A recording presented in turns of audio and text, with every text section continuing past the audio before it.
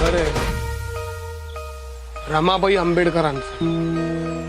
या घराच्या मालकीण आहेत रमाबाई आंबेडकर.